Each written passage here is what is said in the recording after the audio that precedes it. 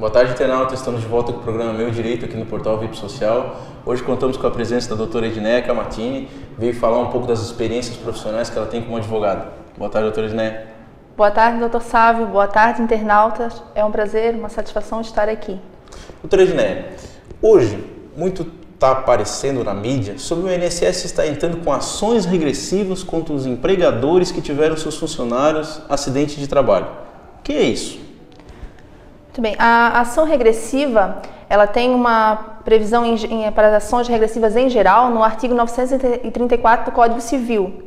Há uma previsão para aquele que ressarcir a vítima de algum dano causado por outra pessoa, ela pode exigir o ressarcimento daquele que causou o dano. Isso é uma previsão em geral, mas também há uma previsão específica na Lei 8.213 de 91, que é a Lei de Benefícios, que traz essa previsão que nos casos de negligência contra as normas padrão de segurança e higiene do trabalho, para a proteção tanto individual como coletiva dos trabalhadores, a Previdência Social proporá ação regressiva contra os responsáveis. Essa ação regressiva é independente de culpa ou ela tem que ter uma culpa do empregador? Ela tem que ser caracterizada a culpa do empregador. Como é caracterizada essa culpa? Essa culpa ela é uma negligência, né? É uma falta de diligência, falta de cuidado em seguir as normas de segurança. E o que é culpa concorrente? A culpa concorrente é caracterizada quando as duas partes concorrem para o resultado. Por exemplo, tanto o empregado como o empregador, eles concorreram para um resultado. Nós temos um exemplo de uma decisão do TRF da 4ª Região, em que a empresa ela foi negligente ao ponto de não fiscalizar as normas, porque não basta estabelecer normas ou comprar um equipamento de segurança, é preciso exigir o uso, é preciso exigir o cumprimento das normas. Então, ela foi negligente nesse ponto e também o funcionário também foi porque ele era experiente na função, ele conhecia e tinha os equipamentos à disposição e não utilizou. Esse foi um entendimento do nosso tribunal. E nesse caso, o INSS pode entrar com essa ação regressiva? Nesse caso, ele pode ingressar, porque nesse caso até foi reconhecido, só que foi diminuída a condenação. Foi considerado apenas metade da condenação. Tá.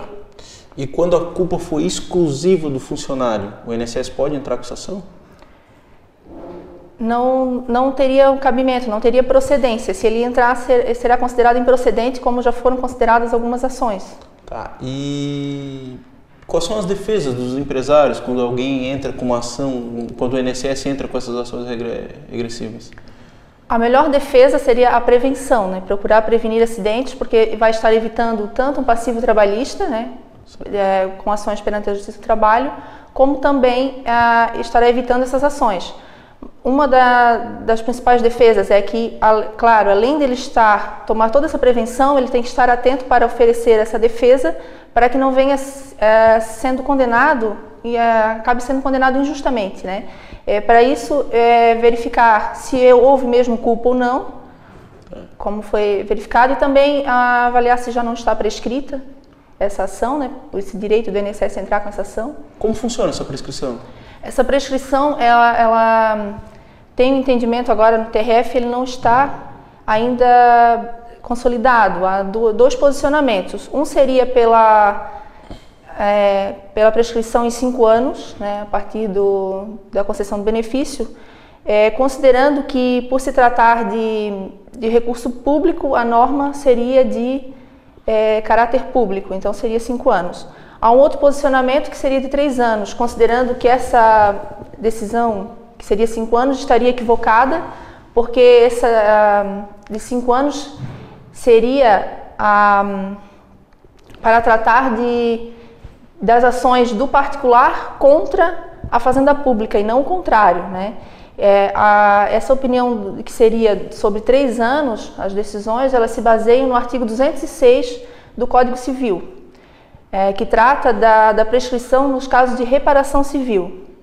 Certo. Essa ação regressiva que a gente está falando, então ela consiste no INSS cobrar todo o gasto que ele teve com o segurado que teve acidente de trabalho?